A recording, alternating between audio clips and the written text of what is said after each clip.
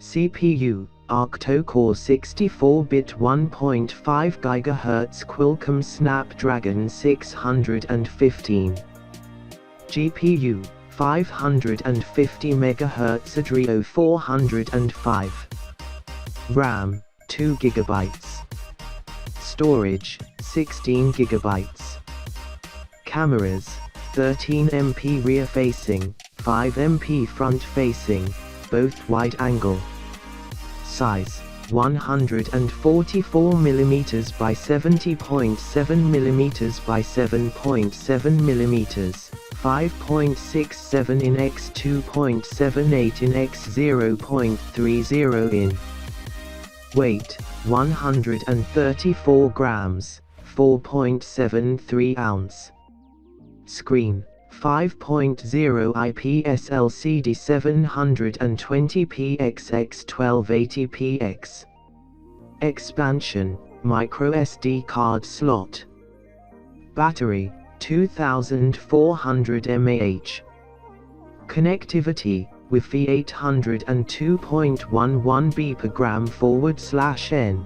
Bluetooth 4.0, 2G GSM, 850/January 1700 900, 3G UMTS, 900/2100, 4G LTE, bands 1, 3, 7, 8, 20. Operating system, Android Lollipop 5.0. Extra features, dual SIM, motion controls, field marshal radio. With a 64-bit processor, Android 5.0 Lollipop, nice front and rear cameras, the ZTE Blade S6 is a great deal at less than $250. It's clearly an iPhone 6 copy, but that's not necessarily a bad thing in terms of design.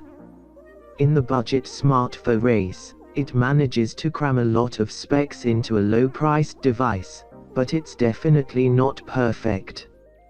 Let's take a look at this budget Chinese smartphone. At the end of the review, we'll be giving it away to one lucky reader. Before I got started, I thought there was no way that the Snapdragon 615 in this device could compare with the Snapdragon 801 in my OnePlus One, a device that has its own unique pros and cons. I was wrong. I rarely encountered lag when using the Blade S6. Moving between screens, switching apps, and playing games, none of that ever introduced lag, even with apps updating in the background. I was more than impressed. Using the device was a quick and fluid experience, and I found myself reaching for this phone more often because of that.